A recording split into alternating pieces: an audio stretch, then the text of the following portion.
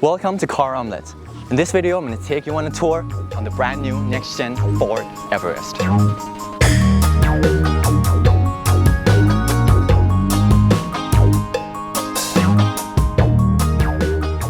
Now we're in the NEXT Gen Ford Everest. This model is the top of the line Titanium Plus. It has a 2.0 liter 4-cylinder bi-turbo. The great thing about this engine is that it has been detuned, but the transmission is also retuned. The previous gen Everest, the 2018, if you feather the throttle just a little bit, the transmission is kind of a bit jerky and sometimes it's not as responsive. But now that they retuned the transmission, they also had new torque converter. That's what I'm told. It's just perfect. Although the engine has more power, the transmission feels a bit like it is left behind. But with this gen, torque converter has been changed.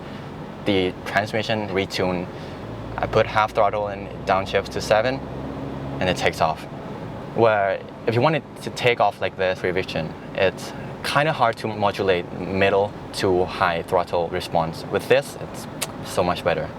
The other thing that's changed is the interior. Man, this thing is cool. This looks next level. With the previous generation, the interior is kind of a bit cramped and you can feel like there's not too much space. With this 12.4-inch screen, it is so much nicer than before. And for the gauge cluster, we have also 12-inch screen, which is amazing. โอ้เล็งแสงไม่ต้องจุ่มเลยอ่ะกดไปครึ่งหนึ่งมาเลยไม่ได้เจนก่อนเนี่ยผมบอกพ่อเลยว่าภาพที่เขาอ่านตามเส้นเนี่ยกว่าเขาจะเลี้ยวแบบบางทีมันเร็วเกินไป So we have tried the lane centering system and the adaptive cruise control. The greatest thing about this car is the lane centering system. You could let go of the wheel within 15 seconds, get your drink, you put your hand back on the wheel, and you're good to go. Or just leave your hand off for another 15 seconds. And also the other thing I realized is that the suspension on this thing is just different than the old one. I drive a 3.2 Everest, and the suspension on that thing is not that bad, but when you compare it to this car, it has so much more comfort on rough roads. And now we're gonna test that on some dirt road. So this Everest rides so much different on corrugations. On my Everest, it kind of jerks around everywhere. Look at this. We just climb over a rock. The suspension is super stable. It's so much more comfortable for the passenger. I haven't tried it, but if he says that, it probably is. It's better, trust me. It's just much better than the older version. I think I'm kind of biased for the Everest because I drive the Everest. The old Everest comfort is nothing compared to this. But you should try this if you have the chance. Because in Australia, the Everest has just landed when we're recording this clip. So if you see this video, you probably had the chance to try it out. Just go for it. So right in front, there are bits of ruts. There's a normal way, and I'm gonna try a little bit different way. If you see it from the camera, it might be a little exaggerated. I'm gonna try to speed up over this bump a little bit. There you go. Look at it. It just eats it. No dramas. So now we're in the mode mud and rut, and we have a huge rock over here. And you just climbed over with ease and with comfort. And one of the complaints we will definitely get for the Everest is that the diff lock button is not physical button anymore. If you want to engage diff lock, you either have to go to the off-road mode and press on diff lock. But if you're lazy, I think Ford has thought about this, but I don't know why it still has a blank. When you put it in mud and rut mode, the diff lock automatically engages. Okay, now there's a bit of a mud, which is not too deep. We're in slippery mode and we're gonna test it out a bit. As you can see, it is definitely slippery. I'm gonna try to rev it a bit. So in this mode, it's not bad at all. The traction control in this thing is just perfect. The previous gen Everest, the traction control is already good, but for this, they developed it, made it better. So I'm pretty sure on the deeper mud than this, it will perform pretty well. Because Ford is known for pretty much the greatest traction control out of all brands. One of the downsides of the Everest, I think, is just the diff lock button. Because if you're driving normally and if you want diff lock, you just have to scroll through the menu and press it. If you put it in mud and rut mode, it will just engage automatically. But what if I try the mud and rut mode and disengage the diff lock? Let's try that. Diff lock is engaged. Try to take it out. Oh yes, it allows that. So you can disengage the diff lock. It's not pretty much a downside. It's just something you don't have a button for. But if you don't mind, it's gonna be alright. And for this model, we have 3 modes, the 2 edge, 4 high and 4 low. But for the Australian model or other countries, there's gonna be the 4A mode, which is the full-time mode.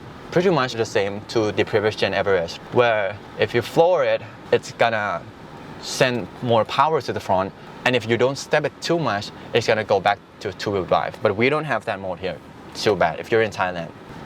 I think Ford did a really good job redesigning the suspension on this thing. It just makes the comfort of this car like so good. I mean, you could buy this car because of the tech, the look, and the interior. But I think one of the greatest things about this Everest is mainly the suspension. So in this section, we're gonna try out the hill descent control. We have rear drift lock on. With this then, the computer module, the sound is gone. For the previous gen, when the hill descent mode is on, it goes go ka go ka. And one of the greatest things about the new gen Everest is it has 360-degree camera. And right in front, we have some loose huge rocks. The front camera is just super nice. Put some throttle on a little bit, and it just walked up this with ease. We could hear the tire spinning a little bit, probably the front wheels, but we have rear diff lock.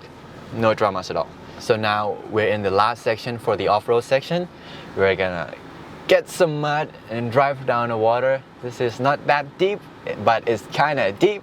60 centimeters deep. Man, this is kinda deep.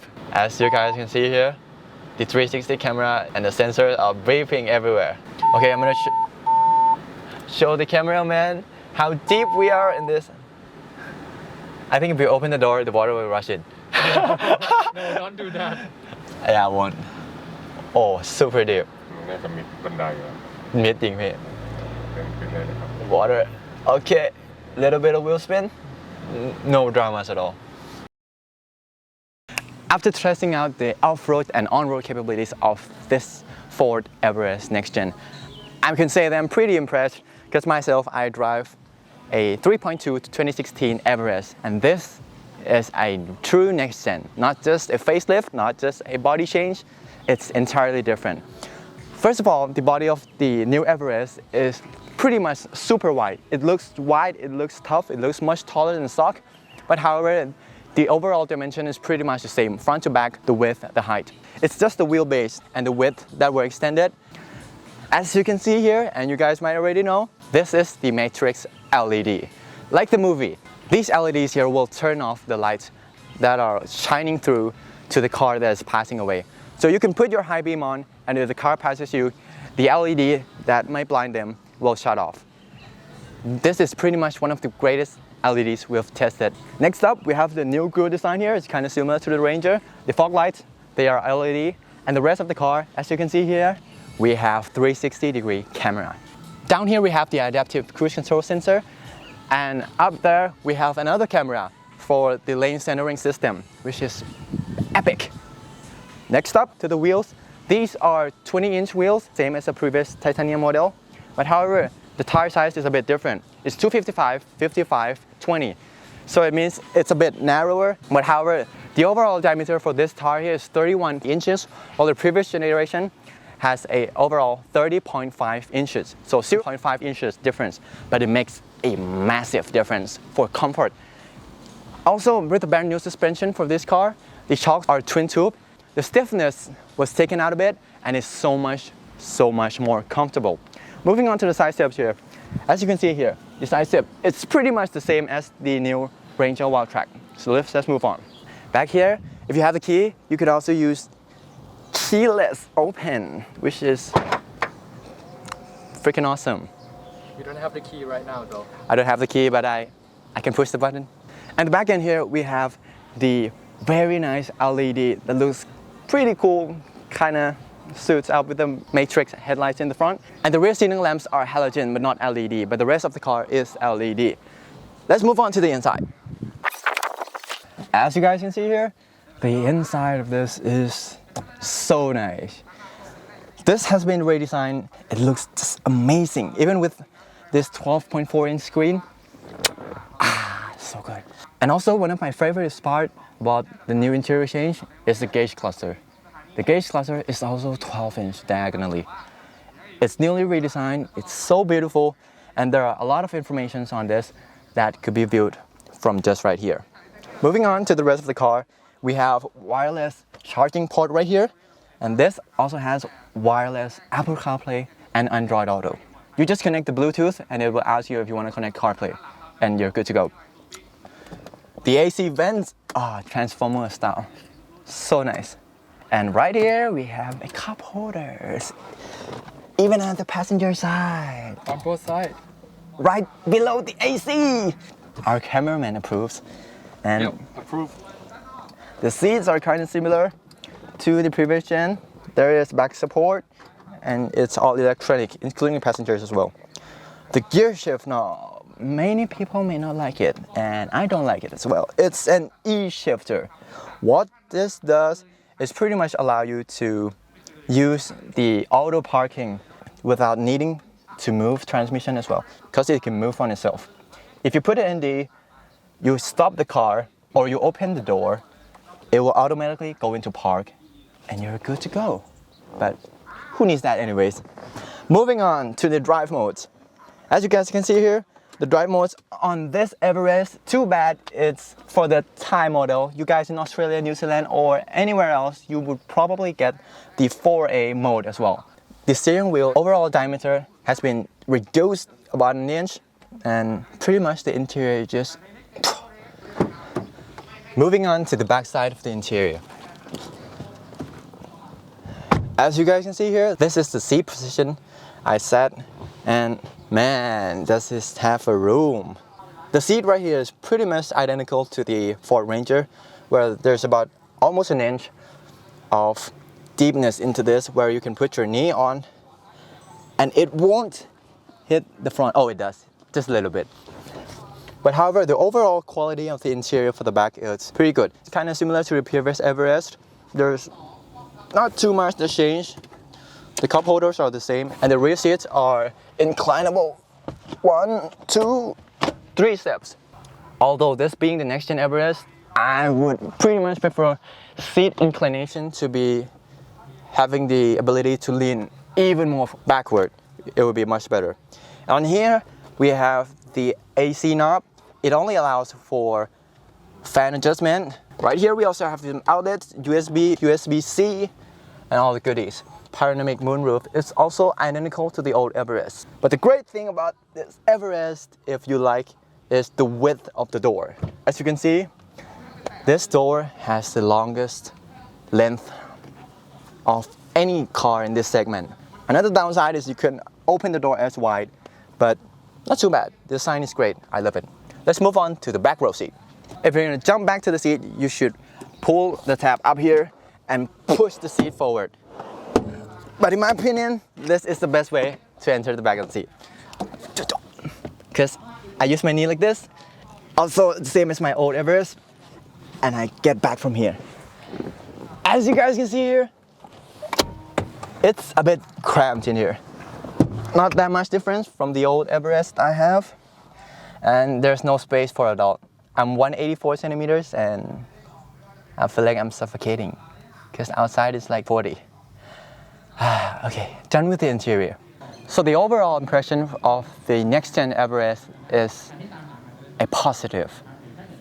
The way Ford implemented the softer suspension along with bigger tires and new body, the entire package sounds like a much more valuable option for the market.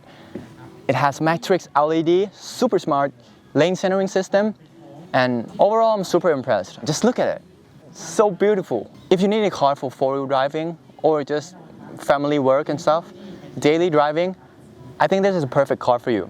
Overall, I'm very impressed with the next gen Ford Everest. Even though the previous gen, there may be a little issue with the bi-turbo, with this gen, and they have fixed a lot of problems along the way. With the retuned engine and the retuned transmission, the new torque converter, it makes driving this so much better than the previous gen bi-turbo, and also way better than my 3.2 Everest. So if you like this video, please like, share, and subscribe, and push the notification for our new channel, CarOmelette. We hope to see you guys in the next video. Thank you for Thailand so much for this awesome event. If you like this video and would like to see more from CarOmelette, please like, share, and subscribe. Press the bell for all notifications so you doesn't miss an episode. It's time here from CarOmelette. See you later.